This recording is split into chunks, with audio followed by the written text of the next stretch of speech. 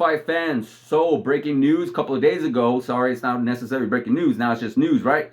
But turns out you got Jake Paul signing a contract with the PFL MMA. MMA is another organization. For those who don't know, you got guys in there like Anthony Pettis, who's probably the big star they got right now. You know, they also have the Kayla Harrison. They also had Rory McDonald. They had a few other former UFC fighters and other well-known, well-established MMA fighters in that organization. It's not bad. It's making its coming up, but it's still pretty good. But nonetheless, you got Jake Paul making a contract signing with them. I believe it's a 2-fight deal, if I'm correct. I believe those fights are only going to be on pay-per-view. So my question to you guys is this: who is Jake Paul going to fight? You know, he has already fought a few MMA fighters. Few MMA fighters. You have Tyron Woodley, Ben Askren, and Anderson Silva. So I've already seen, like, Ben Askren mentioned, throw his name in the hat and saying, hey, let's do an MMA fight. You know, I'm sure Ben Askren would love to get that W back.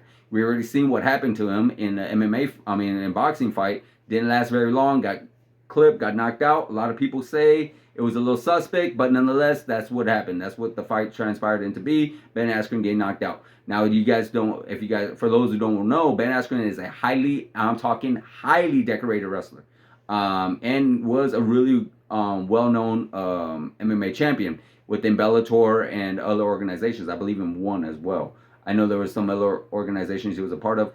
Obviously, he didn't do very good in the UFC. He only had a few fights. Didn't really work all that great. By that time, he was already at the tail end of his career. So, but still, would I recommend it? No, not necessarily. I just I see, because we already know Jake Paul. Jake Paul has never been a MMA fighter. He's never really trained mixed martial artists. I'm sure he's trained maybe a little bit, but it's not his forte. You know, his main skill is boxing.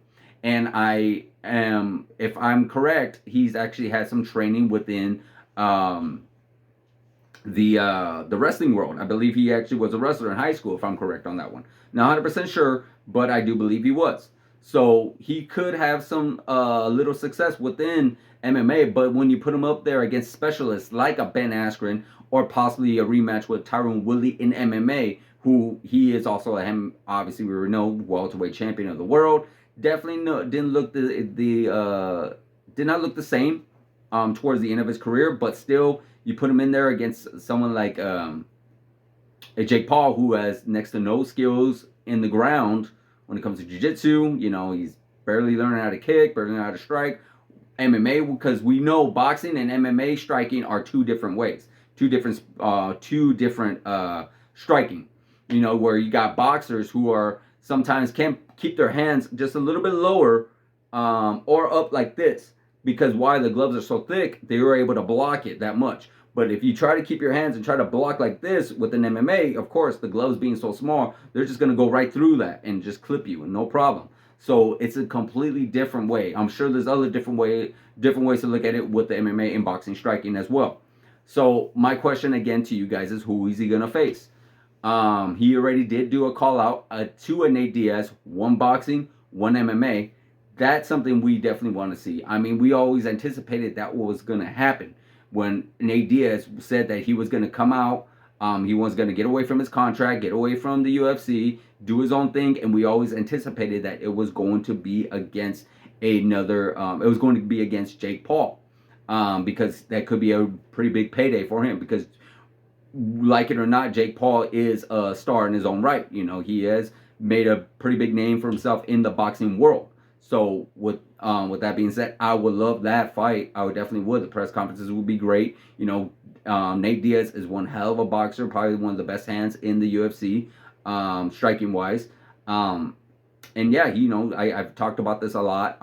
Nate Diaz has had some really great training when it came to the likes of, he trained guys like Andre Ward and all these other well-known boxers in that world. But, you know, because I hear a lot of other fighters and other podcasts talking about how Jake Paul would just pretty much mop the floor with him. He would knock him out, and this is that. It's like, I personally don't see it. Maybe because I'm biased. Maybe because I'm a big fan of Nate Diaz.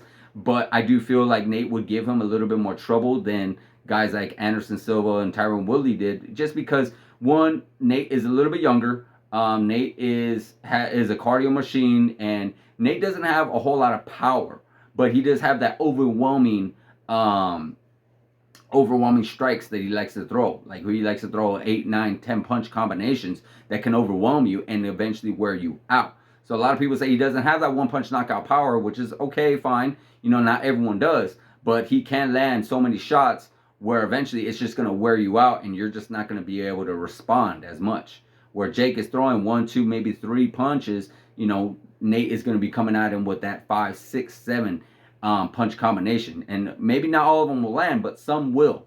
But that's one. And then of course you put him in the mixed martial arts world with him and Nate Diaz. Oh, I really don't think that would even make it even the first round, honestly, because Nate would just straight up get him, be able to take him to the ground, use some of his elbows, use some of his knees, and then he's a black belt in Brazilian Jiu-Jitsu. Jake Paul could not. Put it this way, 90% of the MMA athletes, Jake Paul, it would take literally a couple of decades before he's able to catch up to them now. You know, because it takes literally years and years and years. It doesn't matter if you do it and you're rolling around with world champions, you're training with world champions, it doesn't matter.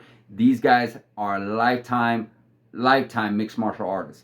Guys that have been training since they were kids, since they were little, since they've been doing Brazilian Jiu-Jitsu, been doing boxing, been doing MMA for years and years and years, getting to certain levels with Taekwondo, Muay Thai, Brazilian Jiu-Jitsu, all these different levels and these different black belt levels. You know, 4-stripe black belts. You got all these different highly decorated mixed martial artists that Jake Paul is probably wanting to try to call out, because that's why I just say I don't feel like he is going to do that with the MMA fighter. I feel like there's going to be other stipulations there, but Nate Diaz would be one of them, my personal opinion. Outside of that, it would be difficult for any UFC to do that, because all the UFC fighters are already contracted, and I don't see Dana White sharing, you know, his fighters to go over the PFL, because I know Nate has called out a few UFC fighters in the past. He's called out guys like Conor, Jorge Masvidal. So yeah, I don't see that being a possibility. I know Anthony Pettis, who has already made a name for himself in the PFL, and he's called him out in MMA as well. I mean, it could be somewhat entertaining, maybe because Anthony Pettis is a name. Anthony Pettis was once lightweight champion, so it could be interesting. I do feel Anthony Pettis might be able to get the better of him, but I do think that maybe Jake Paul's strength is just a little bit too much possible. But I do feel like Anthony Pettis would get him in the grappling exchange fairly easy. You know, Anthony is a little bit undersized, but still, I don't see it being too much of a trouble for Anthony. Maybe a little bit more, maybe a little bit challenging just for a tad bit, but other than that, no. But yeah, guys, let me know who do you think Jake Paul is gonna go against in the PFL. Let me know what these two fights that you think he's gonna go and take on. Who in MMA? Is it going to be two separate fights possibly? Is it going to be maybe a boxing and an MMA fight? Or is it going to be just straight up MMA? Or is it going to be just maybe he's boxing in PFL? He's signed to the PFL MMA, but he's not going to do MMA. He's just going to do boxing. So let me know in the comments, guys. Like, subscribe, hit that notification button, guys. And I'll see you guys in the next video.